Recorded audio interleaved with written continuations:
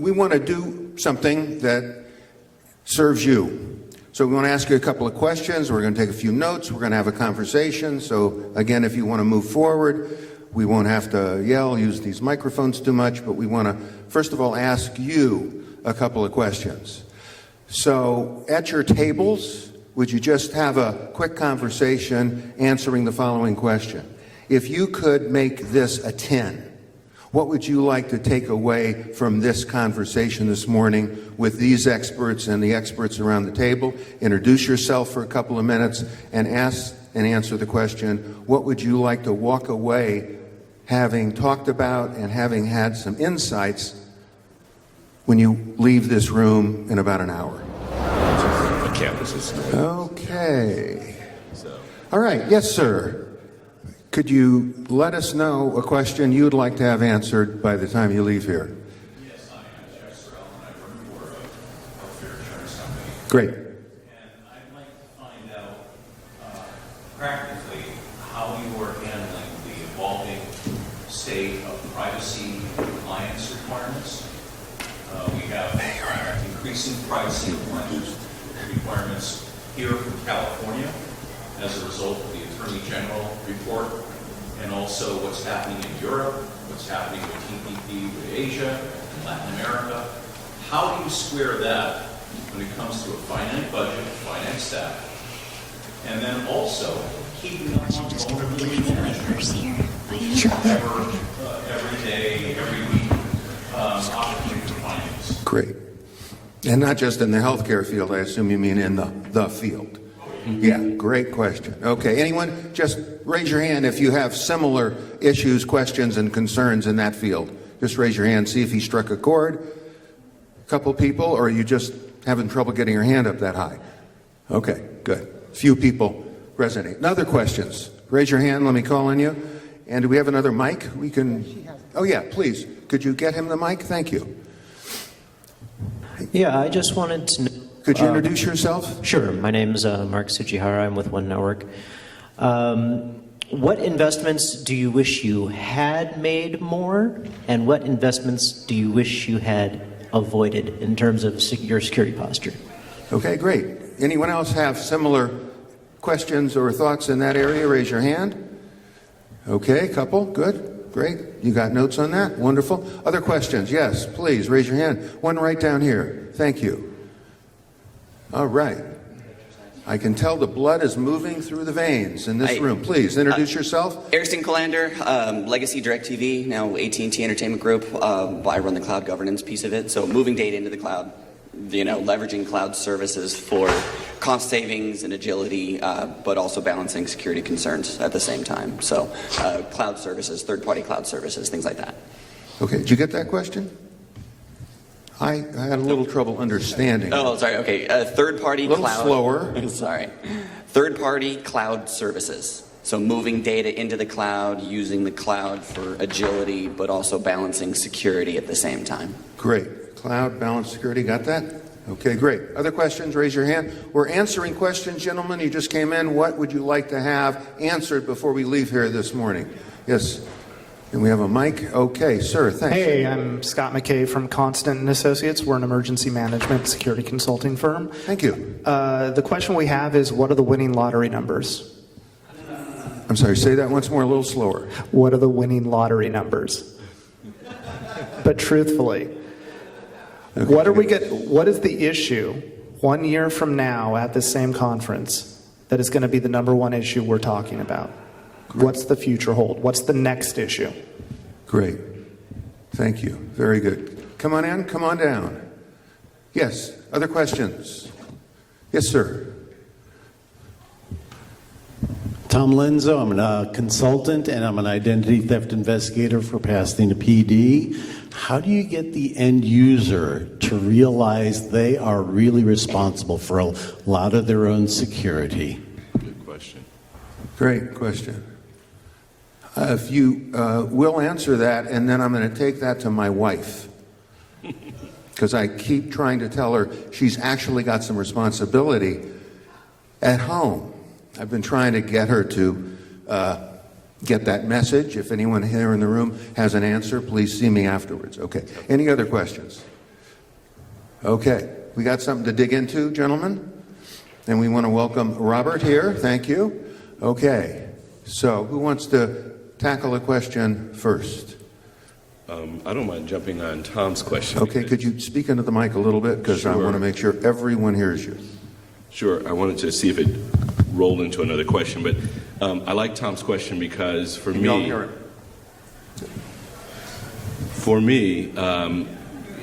as a CISO for the CSU, there are so many staff and faculty members out there and students. We have to ensure they understand that security is not just the job folks at the chancellor's office or the information security officers at the campuses. It's their responsibility.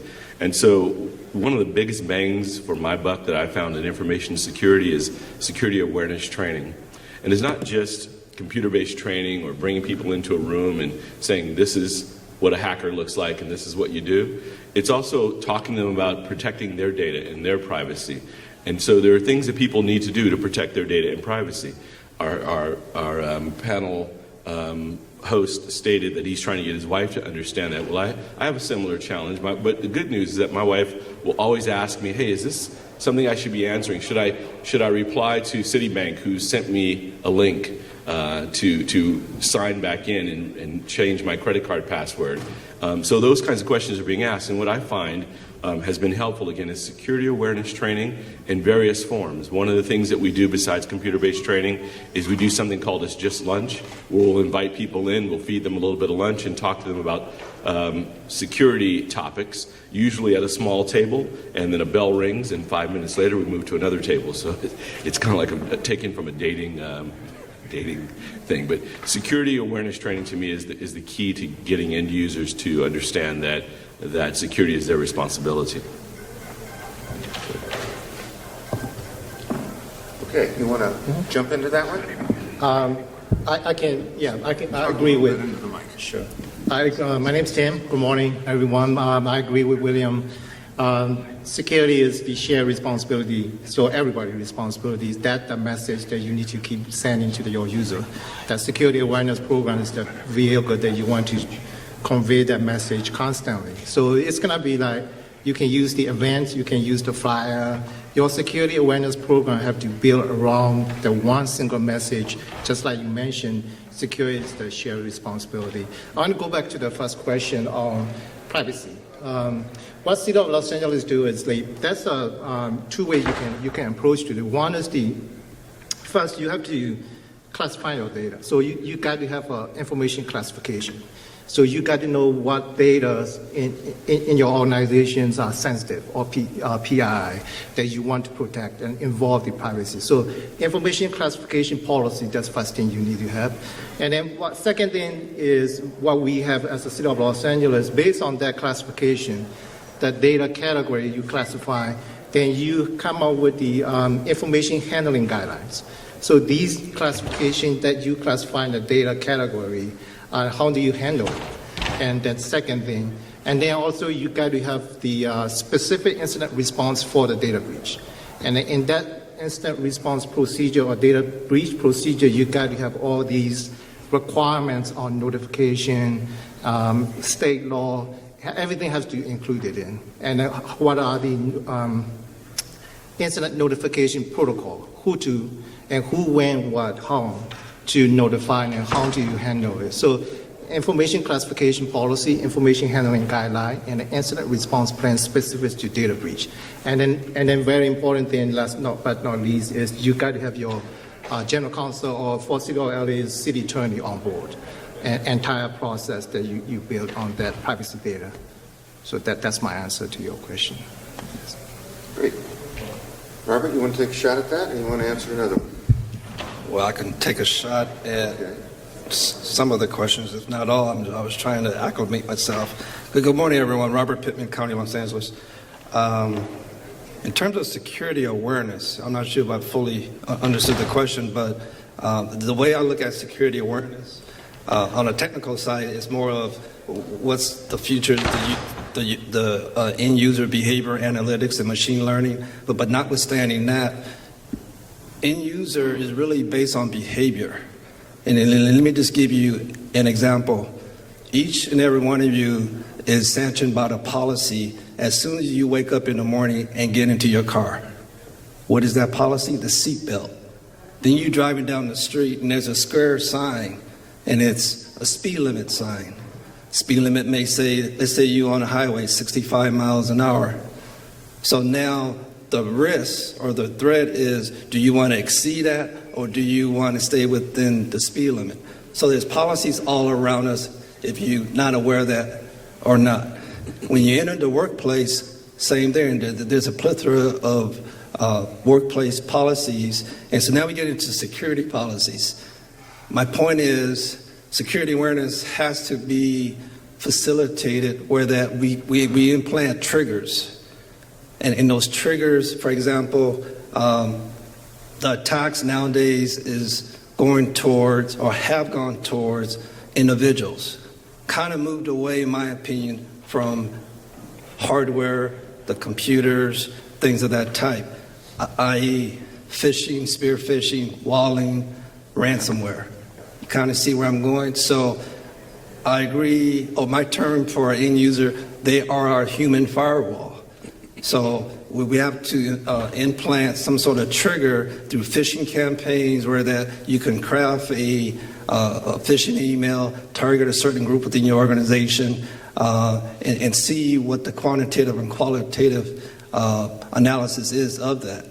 This is something we're about ready to start within the county of Los Angeles, being the largest county in this nation, larger than population-wise than 46 states. So in terms of data, we have, I just call it R data. It's a pun, really. Regulated data, or OUR, our data. We have PII, we have PHI, we have CGIS information, we have PCI, we have welfare institution codes, we have FERPA, you name it, we got it. Probably don't have Gramm-Leach Bliley from a corporate perspective, but that's where the risk is from a security awareness. We just have to implant mental triggers so that when something appears to be abnormal, what was that trigger to say? Are they appropriately trained to actually respond? I want to build on that, and I want to ask you a question. One of my clients is a large company, may or may not have heard of them, called ISSA Abloy. Anyone ever heard of them? Based out of Stockholm? A couple people? Okay, good. One of their divisions is called HID. Anyone ever heard of that one? They're a secure identity company. Anyone ever use a white laminate badge to get into a secure facility? Ever look on the back of that, little HID embossed? So the biggest threat to security that this company faces and that you all face, very simple sentence. Can I borrow your badge? Anyone ever heard that said before? Anyone ever had that said to them?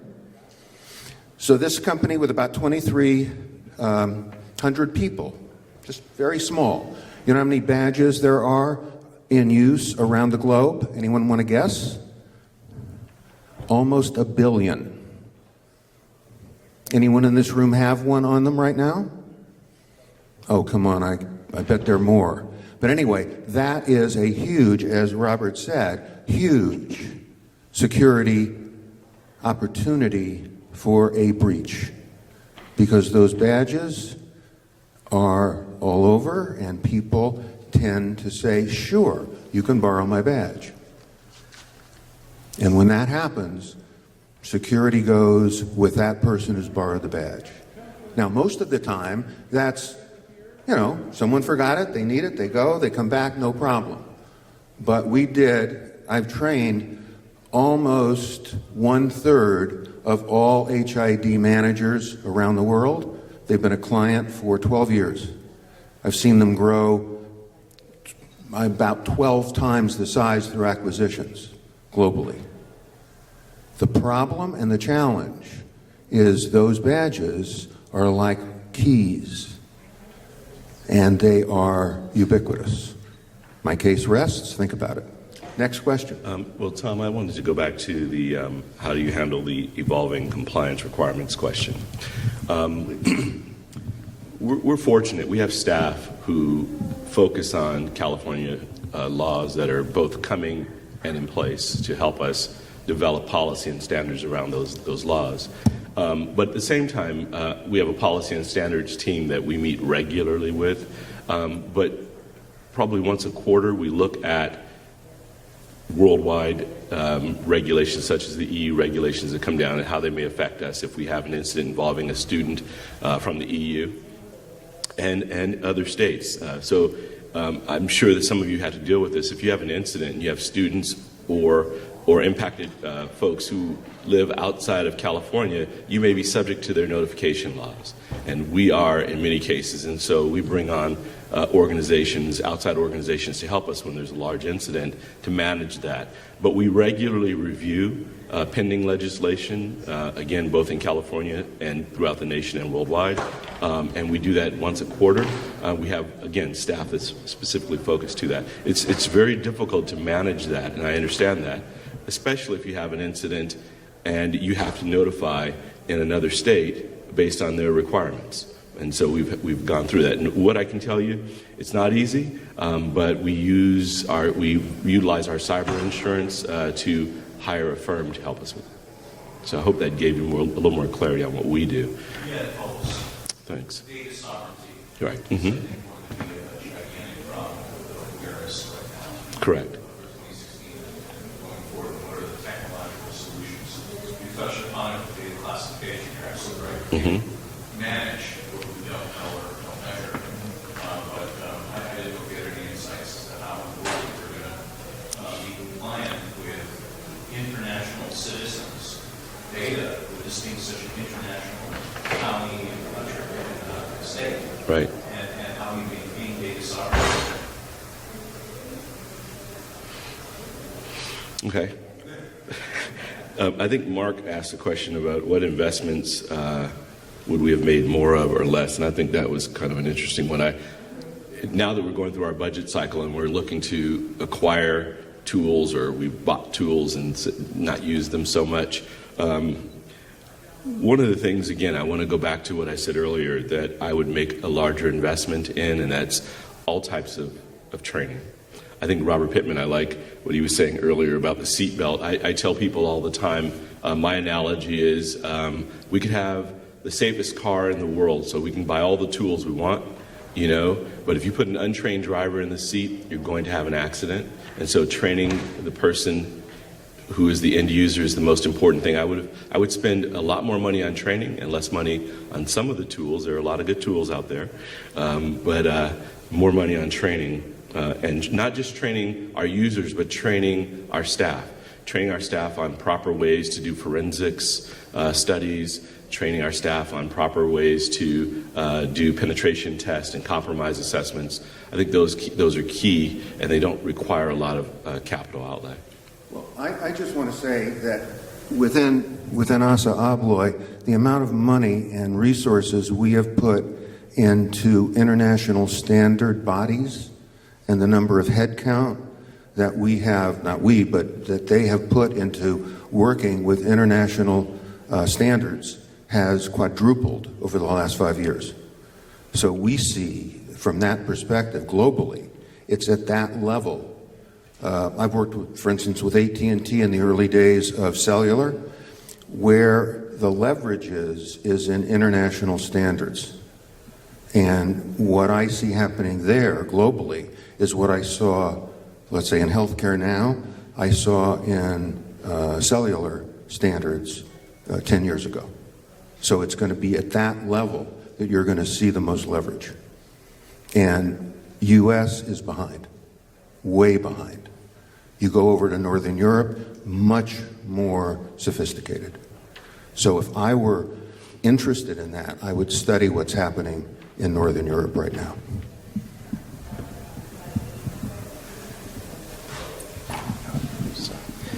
We have another question. Which one do you want to tackle? I can tackle any thought or thought. My thought about the cloud, I can share with you a little bit about what we're doing at the City of Los Angeles. We have a cloud initiative that's our goal is gradually moving from the data center centric to the cloud base. And as a CISO of the City of Los Angeles, that's the challenge too. But I think it's not the technically you can still do it with the security. One thing you need is you need cloud-based access control. So that's your one single gateway that allow all the departments or all your different business units. One challenge you're going to have is the different business units or different departments for City of Los Angeles, they're going to pick the cloud service provider that they want. And then, so you have to make sure that you have two things. One is you got to make sure you have some requirement on the compliant requirement that service provider they're going to choose. So as a CISO, you can provide that kind of information to your stakeholders so they can choose which one are the compliant with the FedRAMs and all these requirements. Second thing is you have to build some sort of like access control broker that it will be gateway. So it doesn't matter whatever they choose for the service provider, they all pass through that gateway. And then you will have a single centralized log. So for the security team, SOC team, or whatever security team, one thing that when you talk about cloud-based, one thing that they're really concerned is that they lost control of the logs. If you don't get the logs, you don't have a security monitoring. So that access control broker will give you that centralized logs. Doesn't matter the cloud service provider they choose. So if I can dovetail my colleague here, Tim, I guess the way I look at cloud services or cloud computing is where if you have an established and a formalized information security program within your organization, and you have these controls in terms of regulations, people, process, technologies, and then you have a risk management program, application security, risk, incident response, Tiger team. You have all of these teams that is responding or being proactive to incident. So why not use that same model contractually binding for a cloud service provider? And that's what we've done at the county, where that our electronic health record system, over 4.5 million patients, is up in the cloud. All of the county's emails for all 34 major departments is up in the cloud. So we've embraced the cloud, but we hold the cloud provider solely responsible in terms of limits of liability, identification, incident response, breach, etc. Who's your cloud provider? We have numerous cloud providers. Are you looking for a name, Tom? No. So you answered the question, you're redundant. So you have several, not just one. Well, correct. So for email, Microsoft Office 365. For electronic health records, Cerner. So essentially, yes, these are major players, but if it's a SMB or small medium-sized business that want to provide services, and as we go through a competitive solicitation, as part of that solicitation, again, we have requirements specific to security, privacy, and contract and incident response.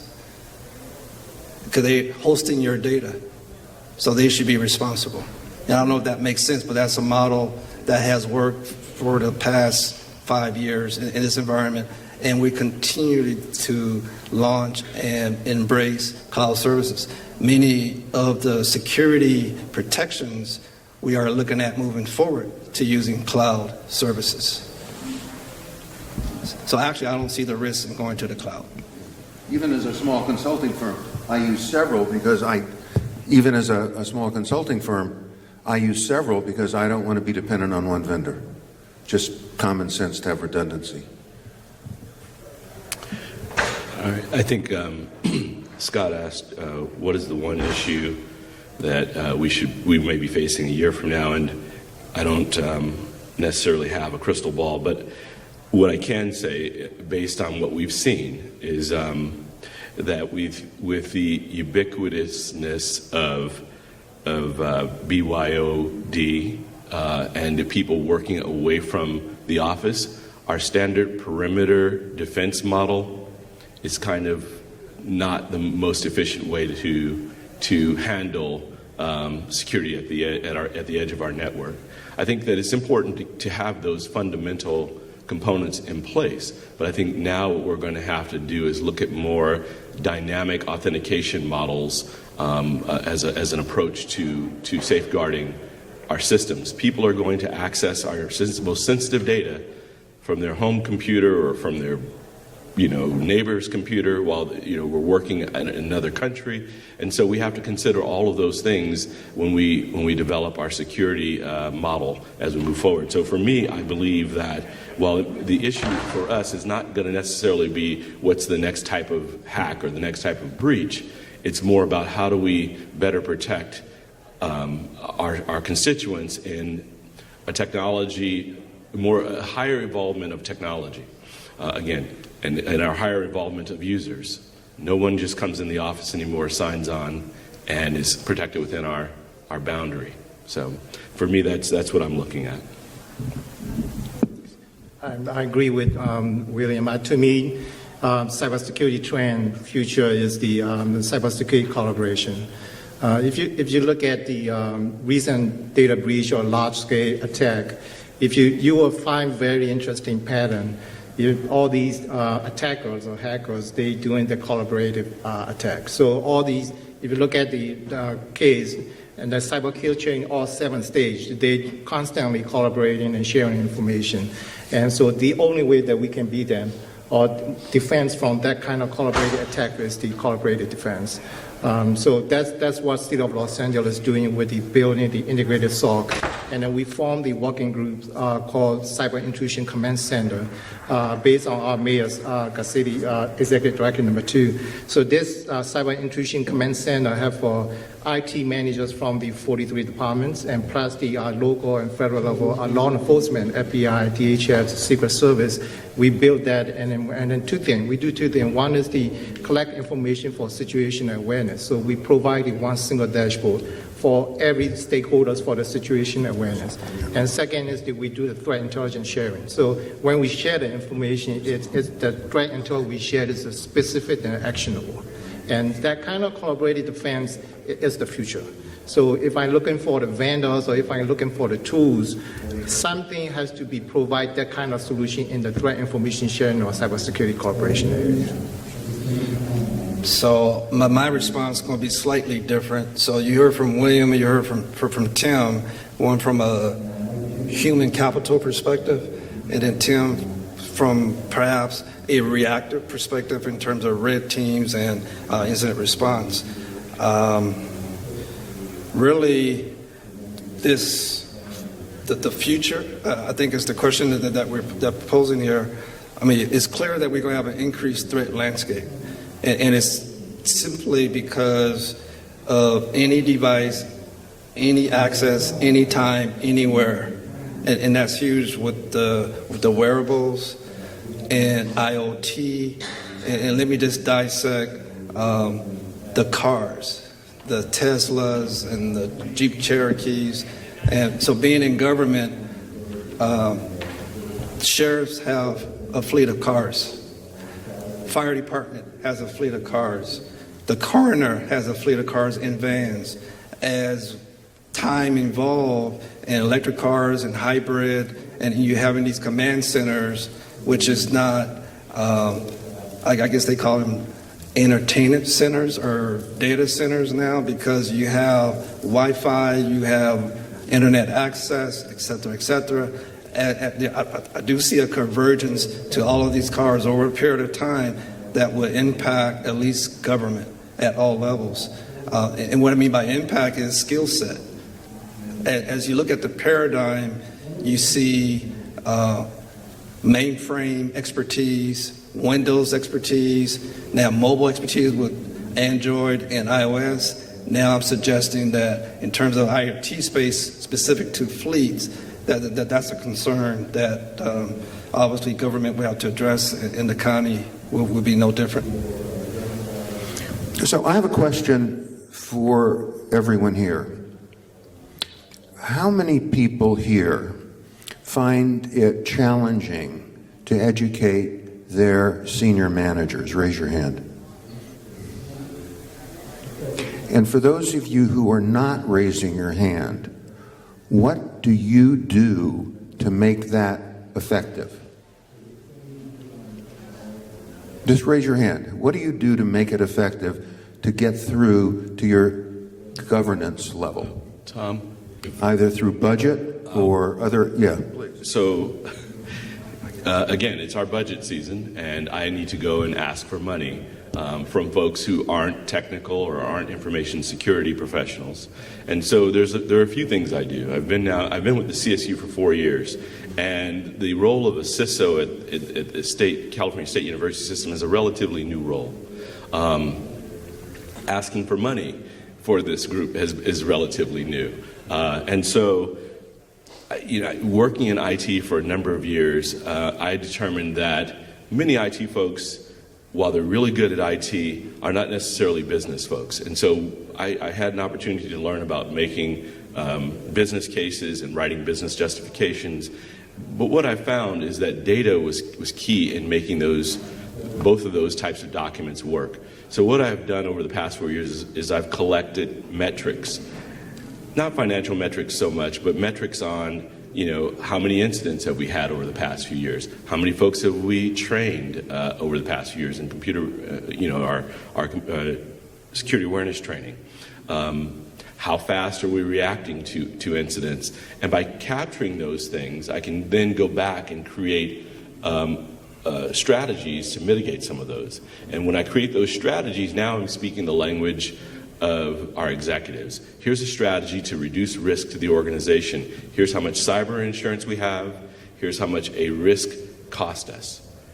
Let's reduce our risk so that we're at least covered by our cyber insurance, and then let's try to reduce that even more. And I bring strategies. Many executives love 3 to 5 year strategies. Bring those to the table. And a lot of times they try not to talk about technology, but talk about the process to get there. We're implementing a framework within the CSU. So one of the ways I'm reducing risk is if we have an incident in one of the 23 campuses and it's handled differently than another campus handles that, we open ourselves up to litigation. And so I don't know how many of you folks work in higher ed or how many of you folks work in a so-called federated environment. The CSU considers itself to be a federated environment where each campus has its own ability to do what they're going to do, and that is true. The challenge we have is that we're one legal entity. And so what you do over there impacts the campus over here. And whenever there's an impact, a financial impact or litigation brought to the CSU, it affects the Board of Trustees. So I can utilize that linkage to help me find ways to bring a strategy that reduces risk to the organization and enhances our portfolio of security fundamental tools and processes. So what I've done is I went to the CSU and said one way to do this and not cost a lot of money is to utilize a framework with which we use to formulate our security policies system-wide. By using Office of General Counsel, our risk group, and audit, I was able to get all of the presidents and the chancellors to select ISO 27001 as our system-wide framework. We're /NIST because we have some campuses that do research and they need to have certain things in place, certain processes in place that are more NIST related. And so by implementing ISO 27001, I also allow every campus then to develop their own information security management system. And so now we're working towards one framework which reduces our overall risk because we handle incidents and we handle security problems in a similar fashion. Thank you. Very helpful. Do you find that helpful? Good.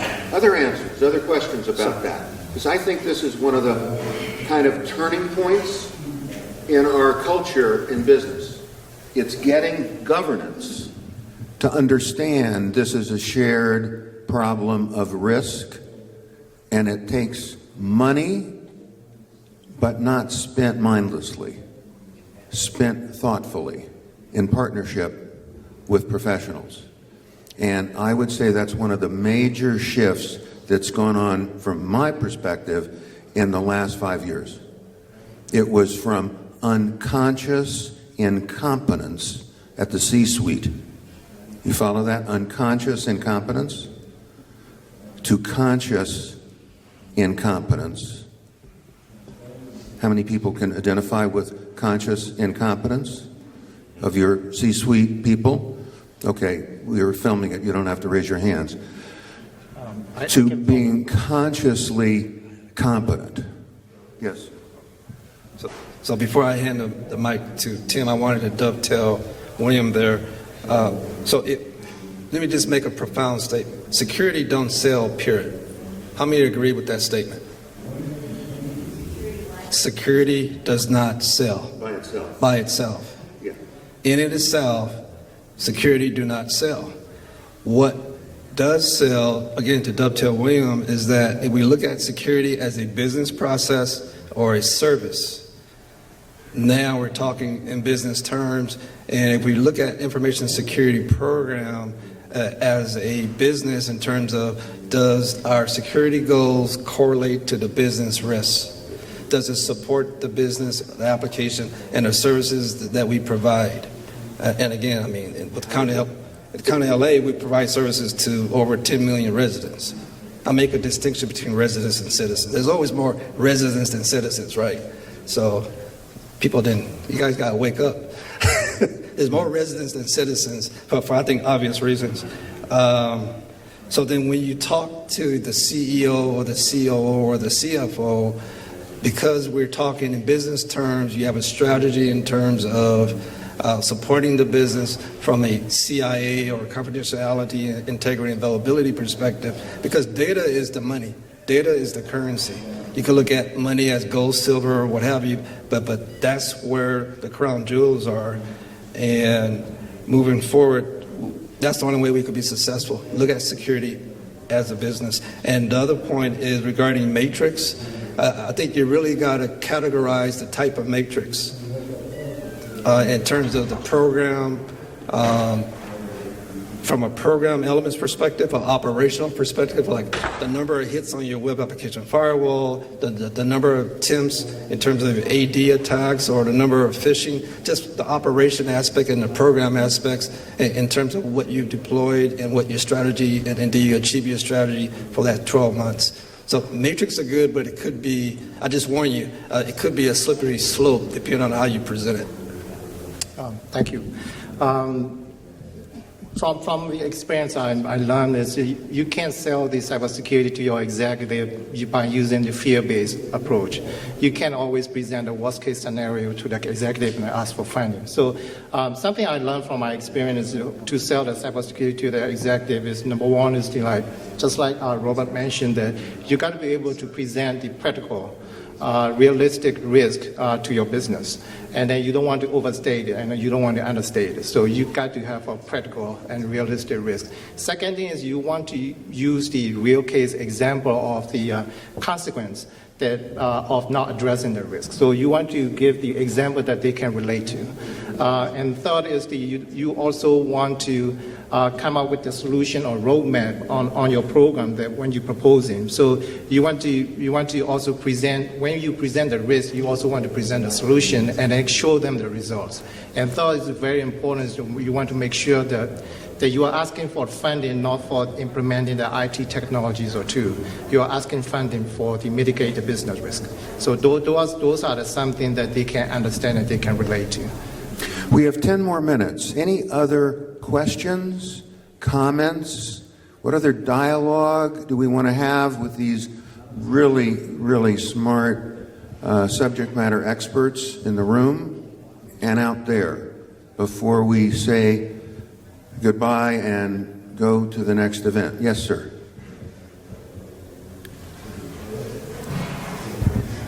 Good morning, gentlemen. Chandler Butch from Microsoft. My question for you is about passwords and what you're thinking about passwords. Are you trying to get rid of them? And since you have such large populations within each of your organizations, how you would go about implementing a strategy maybe to move away from traditional passwords? Short answer, multi-factor authentication, MFA, is the way to go. Yeah, I don't think you can get rid of the password. You still need password, but then there's a lot of solution out there that come up with, okay, is a long password is better or complex password is better? That depending on the organization. So your password policy is going to be living document and keep changing.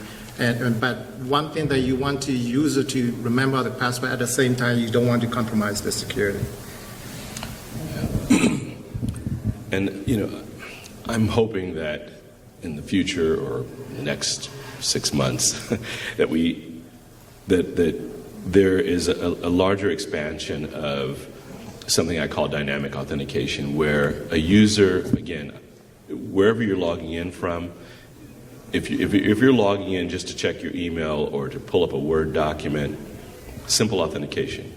If you're logging in from a device in another country to log in to look at sensitive data, multi-factor authentication is applied. But I think it should be applied dynamically. Different other things should happen beyond the password. There should be some health screening, some views into your system that you're logging in from, some logging. So I think that the technology is growing to help us get to a place where we have more than just the password for authentication. But I have to agree with my colleagues. We can't get rid of passwords, and multi-factor in various forms is going to be the way of the future. Anyone here using biometrics? Only a few. I'm interested in that. I'm curious, why not? Why not biometrics? Too expensive? Too unreliable?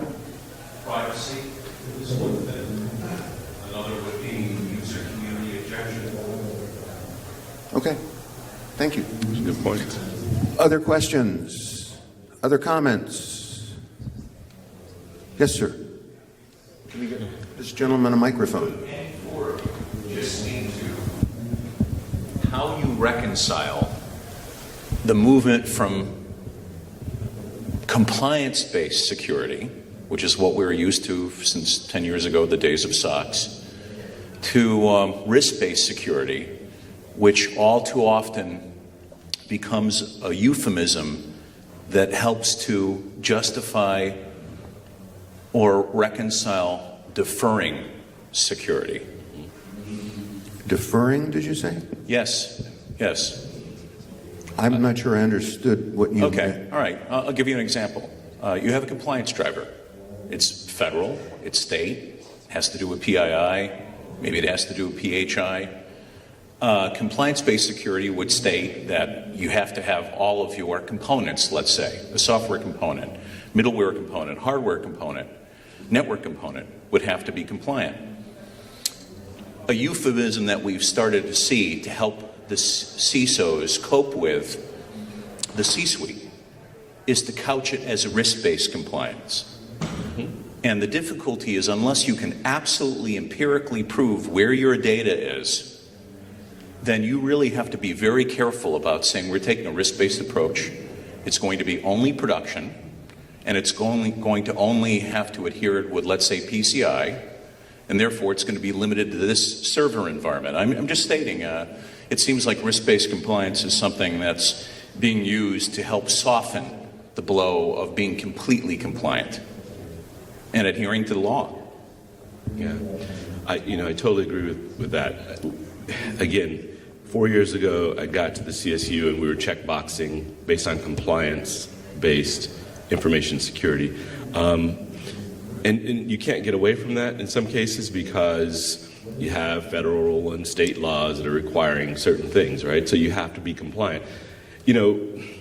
The only answer I have, and it is what I've been able to do in this environment, which is a little bit challenging in higher ed to make anybody do anything, you can't force anyone to do anything, is to look at risk assessments and again translate those risks into how they impact the organization, the goals of the organization, which is challenging in higher ed because we're not profit driven, especially CSU, and we don't really concern ourselves so much with brand. So those are two big drivers with reducing risk for private organizations, right? They're concerned about reducing profit, and they're also concerned about taking a brand hit.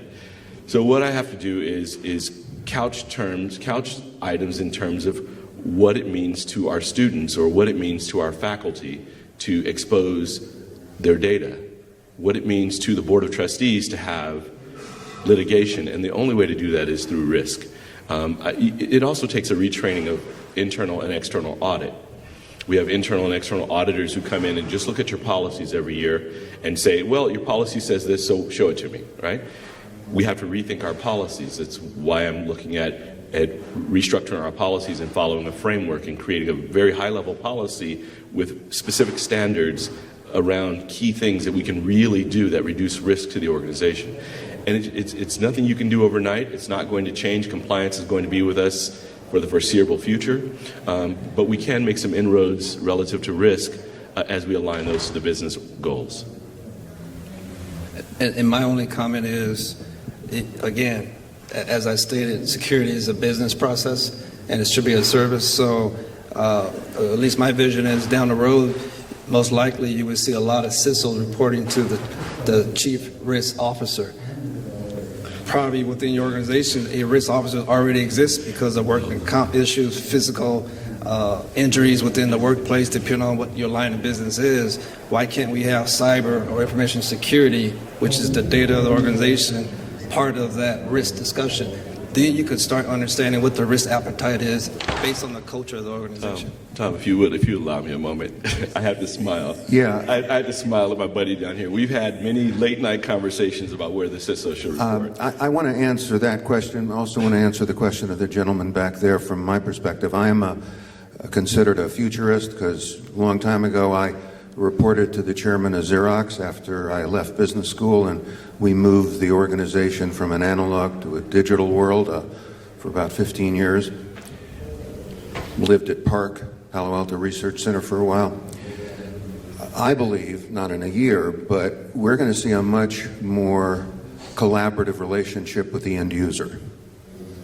So just like my friend here said when he talked about seatbelts, we're going to see security in the hands of individuals much more than we do now. Has to be. We have to be responsible for our own security. I joked about my wife, but believe me, she's much more conscious than she used to be.